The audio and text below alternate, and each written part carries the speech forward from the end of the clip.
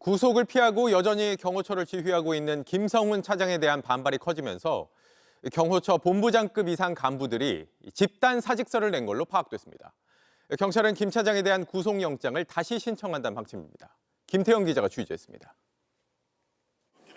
대통령 경호처 본부장급 이상 고위 간부들이 단체로 사직서를 제출한 것으로 JTBC 취재 결과 확인됐습니다.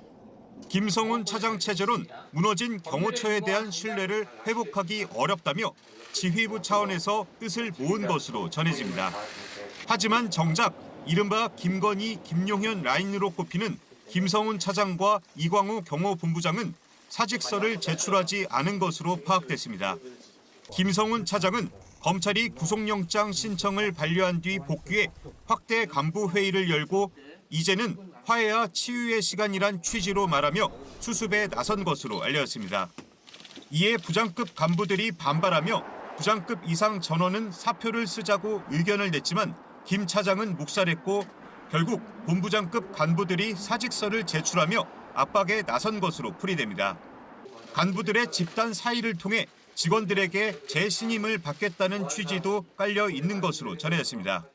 경호처 관계자는 그 정도 결기를 보여줘야 직원들도 따라오지 않겠냐며 분위기를 전했습니다. 경호처 내부에선 김 차장이 윤석열 대통령의 내란 혐의 핵심 증거를 인멸하려 했다는 의혹이 제기되는 등 사법 리스크를 안고 있다는 데 우려가 큰 것으로 알려졌습니다. 12월 달에 담당자에게 삭제를 지시한 건 12월 3일 내란 전후의 기록들을 삭제하기 위함이라고 제보를 받았습니다. 이래도 부정하시겠습니까? 예, 2일마다 자동 삭제되는 걸로 보고를 받고 그렇게 알고 있고.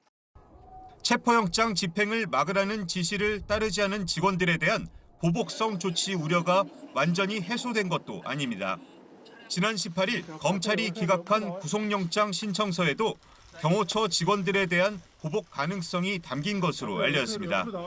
경찰은 보강 수사를 통해 김 차장에 대한 구속영장을 다시 신청하겠다는 방침입니다. JTBC 김태영입니다.